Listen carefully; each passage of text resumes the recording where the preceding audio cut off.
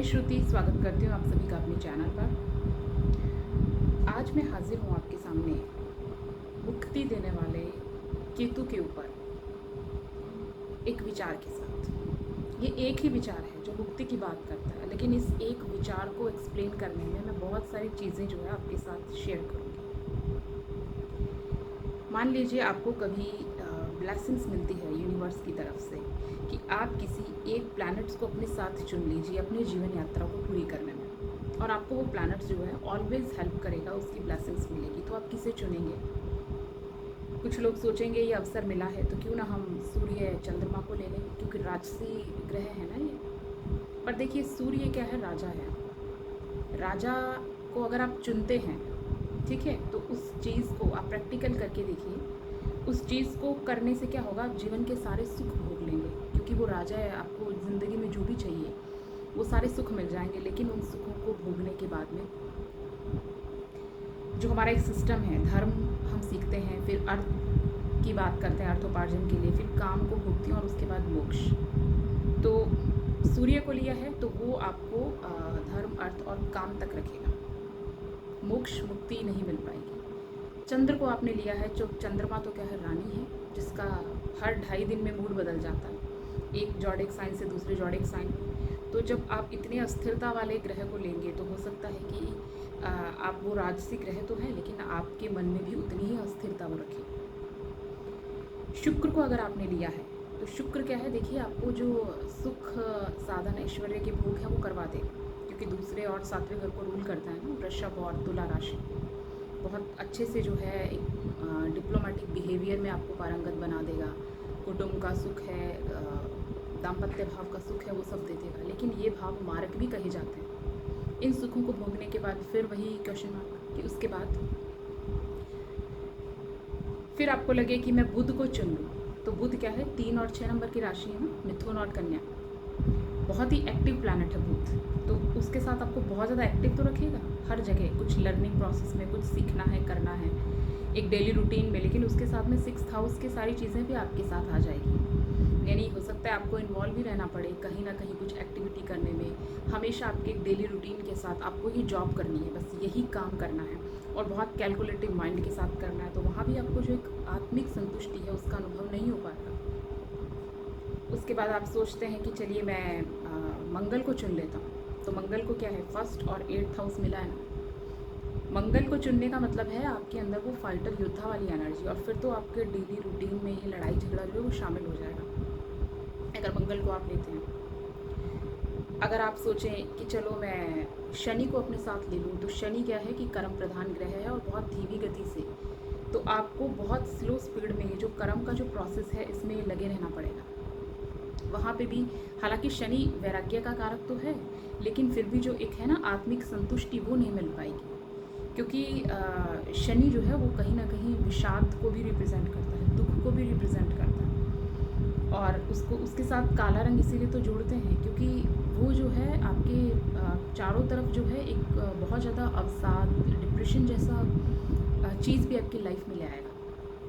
फिर आपको लगता है कि दिशा दिखाने के लिए गुरु बहुत अच्छे हैं, मैं जुपिटर की ब्लेसिंग्स ले लेता हूँ, मैं जुपिटर को चुन लेता हूँ। लेकिन जुपिटर के साथ में ध्यान रखिए कि 12th हाउस उन्हें दिया तो गया, मीन राशि, मुक्ति का घर उन्हें मिला तो है, लेकिन उसके साथ में 9th हाउस भी आता है। अगर आपने अपने रीति रिवाज जो है, अपने ट्रेडिशंस जो है, 9th हाउस के जो भी एलिमेंट्स उनको पूरा नहीं किए हैं ना, कहीं उसमें थोड़ी सी भी चूक आपसे हो गई है, तो फिर जो कहते हैं ना, देवी कृपा की जगह आपको गुरु के दंड का भागीदार बनना पड़ेगा, मतलब उसका झेलना पड़ेगा वो कोप आपको। तो आप चाहे मंगल को चुनिए, चाहे शुक्र को, चाहे बुध को, चंद्रमा, सूर्य और बृहस्पति, शनि, किन्हीं को भी आप चुनिए, उनके साथ में हर ग्रह के दोनों ही तरह के जो कारक तत्व है ना, उनके राशि भावों से जुड़े वो आपके जीवन में आएंगे, अच्छे और बुरे। फिर आप सोचते हैं कि ठीक है मैं राहु को ले लेता हूँ, क्योंकि राहु कलयुग का राजा है, उससे मैं अपने साथ कर लेता हूँ, तो वो मुझे क्या राजा बना दे, डेफिनेटली बना दे। राहु बहुत कुछ देता है, देने में कमी नहीं रखता, लेकिन वो हर चीज़ जो देता है ना, वो उसमें साथ में सर्पदंश होता है। तो जो जितना भी आपको मिला गया उसके अंदर कहीं ना कहीं वो जहर की तरह का जो एक दर्द है, या वो एक थोड़ा सा उसे विषाक्त बना के देगा, तो वो चीज़ आपको फाइनली जाके जो है आपके संतोष में कमी करेगी, सुख नहीं लेने देगी। और अब बचता है केतु, और केतु तो बिना सिर का केवल धड़ है। और आप सोचिए कि मैं केतु को साथ ले लेता हूँ, लेकिन केतु आपको देगा क्या? जो ये सारे प्लैनेट्स आपको नहीं देंगे ना, जो ये सारे प्लैनेट्स जहाँ पे मतलब चीज़ें दे रहे हैं, लेकिन उसके साथ में कुछ ना कुछ भाव से जुड़ी ऐसी चीज़ें लेकर आएंगे कि आपको जितना देंगे उतना ही चुकाना पड़ेगा। केतु वो कहता है कि मैं कुछ नहीं दूंगा और ना मैं आपसे कुछ लूँगा, बिल्कुल न्यूट्रल है, वो देगा नहीं तो लेगा भी नहीं। क्योंकि केतु ने ये जो दर्द है, ये जो दुख है, ये झेला है। अमृत पीने के बाद में जो उसने अपना अस्तित्व ही खो दिया है, अपनी पहचान ही, अपना सर ही खो दिया है, केवल धड़ के साथ घूम रहा है। इस दुख को झेलने वाला, इस पीड़ा को आत्मसात करके घूमने वाला जो है ना, वो सिर्फ केतु है। कि आप अमर हो जाते हैं, अमृतत्व को आपने प्राप्त किया, चाहे वो छल से किया हो, कैसे भी किया, लेकिन उसमें दुख कि जिस अमृत जो समुद्र मंथन से निकला, जब उसके अधिकारी देव हो सकते हैं तो असुर क्यों नहीं हो सकते। और इस भाव के साथ जब केतु ने उस अमृत पान को किया, उसके बाद में उसके साथ जो उसे खोना पड़ा, तो उसे सब चीज़ों से विरक्ति हो गई, उसे लगा सब कुछ छोड़ दें। क्योंकि मोह रखते हैं तभी दुख होता है। अगर हम मोह को ही छोड़ देते हैं किसी चीज़ के प्रति, तो फिर वो जो सुख और दुख है ना, उससे ऊपर के स्तर पे हम आ जाते हैं। तो केतु फकीरी में खुश रहता है, फ़कीर है, उसे कुछ चाहिए भी नहीं, वो आपसे कुछ लेगा भी नहीं। और आप चाहेंगे कि आपको यूनिवर्स की ब्लेसिंग्स मिली और आप केतु को साथ लेके चलने का बोलें कि मैं खुद भी फ़कीरी के रास्ते पर चलूँ, केतु को लेने, तो आपके चाहने से वो आएगा भी नहीं। केतु अपनी मर्ज़ी से ही किसी के साथ होता है। और कैसे होता है, कुछ मैं आपको रियल स्टोरीज बताती हूँ इन शॉर्ट, जिससे आपको आइडिया हो जाएगा कि केतु किसको चुनता है कि मुझे इसकी मदद करनी है। जैसे एक फैमिली है, उसके अंदर मान लीजिए कि कोई एक जो है पति पत्नी है, उनका परिवार है। अब उनके 2 बच्चे हैं, एक बेटा बहू और उसका बच्चा, और एक बेटी है। तो उनको क्या है, अपनी बेटी का विवाह करना है, और बेटी का विवाह हो नहीं रहा है, तो बेटी का विवाह करने के लिए वो उनको चाहिए कि हम इस तरह से उसकी शादी करें कि बहुत ज़्यादा हम पैसा दें। देखिए, दहेज लेना और देना दोनों ही एक तरह का क्राइम है, लेकिन यहाँ पे मैं आपको रियल स्टोरी बता रही हूँ, जो आज के अभी भी लोगों के समाज में, लोगों के मन में ये चीज़ है कि अगर हमने पैसा दिया किसी को, ये गलतफहमी है जो समय पाकर के दूर होती है, लेकिन एक टाइम पे उनके मन में ये गलतफहमी हो सकती है, बहुत ज़्यादा लोगों के मन में, है ना। तो वैसा ही रियल ये घटना है कि उनका बेटा जो होता है वो कहीं बाहर काम करता है, बहुत पैसे कमाता है और परिवार को जो है देता है। तो उनके घर के अंदर माता पिता, बहू, बहू का एक मतलब बच्चा होता है और बेटी होती है। तो वो क्या करते हैं, उनको लगता है कि हमें बेटी की शादी करनी है। बेटी के लिए वो एक ऐसा घर देखते हैं कि जिनके पास कुछ भी नहीं है, आर्थिक स्थिति बहुत ख़राब है, लेकिन सिर्फ बेटी का विवाह करना है, उसके लिए बहुत ज़्यादा धन दे करके हम बेटी की शादी करते हैं। तो उनके मन में भावना क्या होती है कि हम अपनी पुत्री का कल्याण करें। कहीं ना कहीं स्वार्थ भी होता है, क्योंकि अगर आप अपनी संतान के कल्याण के लिए अगर आप कुछ करते हैं तो वो अच्छा है, लेकिन वो सही कब है, जब आप सिर्फ उनके कल्याण के लिए कुछ करें, किसी दूसरे का अहित करके नहीं। लेकिन अगर आप किसी और का अहित कर देते हैं, एक पुण्य करने के लिए अगर आप कोई दूसरा पाप करते हैं, तो आपका वो जो ये भ्रम है कि मैंने ये पुण्य किया है, वो पुण्य जो है वो भी पाप में बदल जाता है, क्योंकि उस पुण्य को करने में आपने किसी और के साथ गलत कर दिया। पुत्र की कमाई होती है, उस सारी जो जमा पूंजी होती है, बहुत सालों में जो उसने अर्जित की होती है, उसको वो सारी की सारी जो है अपनी पुत्री के विवाह में लगा देते हैं। एक मतलब घर जमाई रख लेते हैं पुत्री को ही पूरा अच्छे से करके। तो यहाँ पे जो दुख, तकलीफ़ और पीड़ा होती है ना, वो उस उनकी बहू को बहुत ज़्यादा होती है मन में, क्योंकि उससे ये चीज़ लगता है कि मेरा पति तो बाहर कमाने गया है। वो इंतज़ार करती है ना कि साल में एक बार आता है उसका पति, और जो कुछ भी अर्जन कर रहा है तो एटलीस्ट उनके फ्यूचर के लिए अच्छा होगा और उसके बच्चे के लिए अच्छा होगा। लेकिन ये चीज़ रियल में नहीं होती। वो सारी की सारी जो उसकी जमा पूंजी होती है, और उस बहू से छिपा करके वो अपनी बेटी का घर बसाने में लगा देते हैं। तो उन्होंने बेटी का घर बसाया, एक अच्छा काम किया, लेकिन गलत कहाँ हो गए, क्योंकि उन्होंने उस बहू और उसके बच्चे का हक जो है वो छीन लिया है। और वो घर में ऐसी स्थिति हो जाती है, इस तरह का मतलब व्यवहार उनका हो जाता है अपनी बहू और उसके प्रति, कि वो जो है घर छोड़ के चली जाती है, बहुत दुखी होकर। उन्हें लगता है कि ठीक है, उनके जो माता पिता होते हैं कि हमारे पास पैसा है, हमारे पास हमारा बेटी जमाई है, बेटा हमें पैसा भेज रहा है, तो हम बड़े आराम से मज़े में रहेंगे। वो इस भ्रम के साथ वहाँ रहते हैं। उन्हें लगता है ठीक है, बहू गई है तो कोई बात नहीं, वो चली गई है, दुख पाएगी, अपने आप आ जाएगी, एक सोच होती है। तो वो इस भ्रम के साथ वहाँ रहते हैं, लेकिन उनके ऊपर तो एक ऐसा पाप जो है वो मतलब उन्होंने अपने सिर पे ले लिया है, जो वो उससे जन्म जन्मांतर तक उड़े नहीं हो पाएंगे। और वो जो एक महिला होती है जो अपने बच्चे को लेकर उस घर से चली जाती है, ऐसी स्थितियों से मजबूर होकर, दुखी, पीड़ित और बहुत डिस्टर्ब होकर, उसके साथ में केतु हो जाता है। केतु की ब्लेसिंग्स हो जाती है।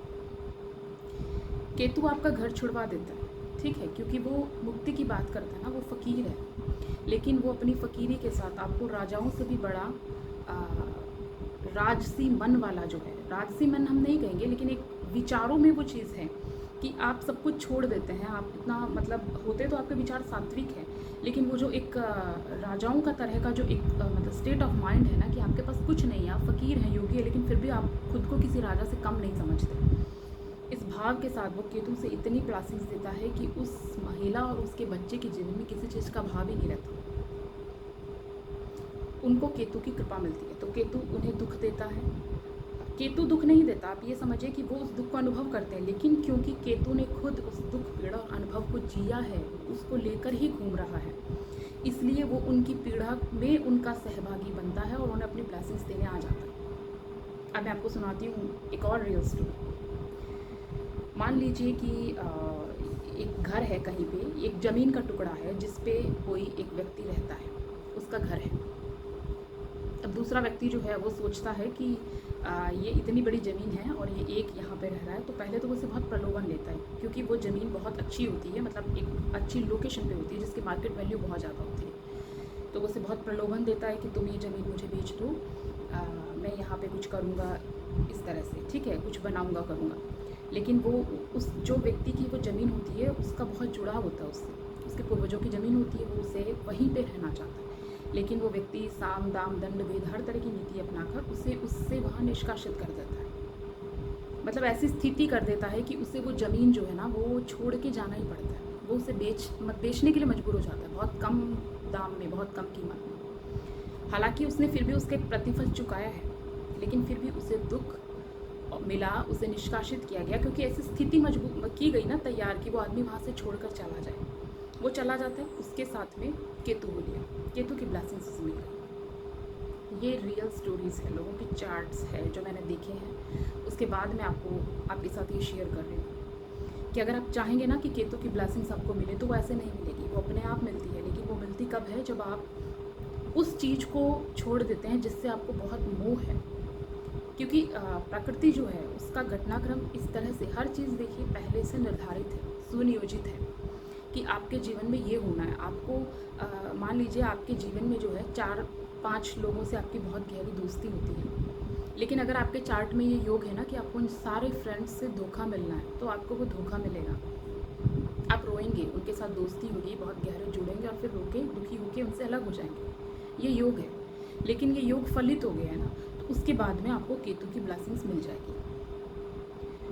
तो इन शॉर्ट मैं आपको कहना क्या चाहती हूँ कि अगर आपने कोई ऐसा दुख झेला है, कोई ऐसा तनाव झेला है, किसी ऐसी पीड़ा से आप गुजर चुके हैं जो बहुत ज़्यादा गहरी है, ठीक है, तो फिर अब आप समझिए कि आपके मुक्ति का द्वार खुल गया है। क्योंकि मुक्ति का रास्ता सहज भाव में नहीं खुलेगा, उसके लिए आपको कुछ ना कुछ तो त्यागना ही पड़ेगा। चाहे आप अपना घर छोड़ दें, चाहे आप किसी रिश्ते से अलग हो जाएं, चाहे आप किसी पद से अलग हो जाएं, चाहे आप अपनी कोई संपत्ति खो दें या कुछ भी। और ये आपको जानबूझ के नहीं करना है। अगर आप सोचेंगे कि मैं ये स्वेच्छा से कर दूं ताकि मुझे केतु की ब्लेसिंग्स मिले, तो नहीं, क्योंकि आप जो सोच रहे हैं ना, आपके अंदर जो विचार है, आपकी जो इच्छा है, वो केतु पहले ही भाप जाएगा। अगर आप ये चाहेंगे कि मैं ऐसा करूं तो मुझे केतु की ब्लेसिंग्स मिले, तो वो ब्लेसिंग्स कभी नहीं मिलेगी। क्योंकि फ़कीर जो होता है ना, वो अपनी मस्ती में इतना मस्त रहता है कि आप चाहेंगे कि मैं ये करूं और मुझे ये मिल जाए, उस चीज़ को, उस आइडिया को पहले ही भाप जाएगा।